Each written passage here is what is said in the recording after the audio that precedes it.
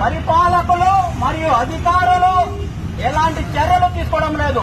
వాళ్ళు ఏసీ గదుల్లో కూర్చుంటారు, కార్లలో తిరుగుతారు, మళ్ళా ఏసీ గదుల్లోకి వెళ్లిపోతారు.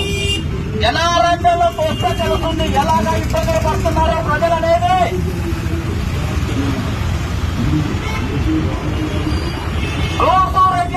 ప్రజలకు ఒక విధంగా, నాయకులకు అధికారులకు ఒక విధంగా, అందరికీ ఒకటే సమానంగా ఉండాలి.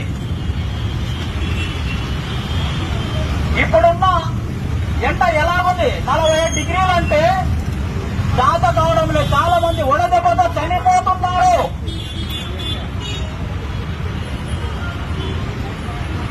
చెట్లు అనేది పెంచాలా. చెట్లు పెంచకపోతే మానవ జీవితానికి మనుగడ అనేది ఉండదు.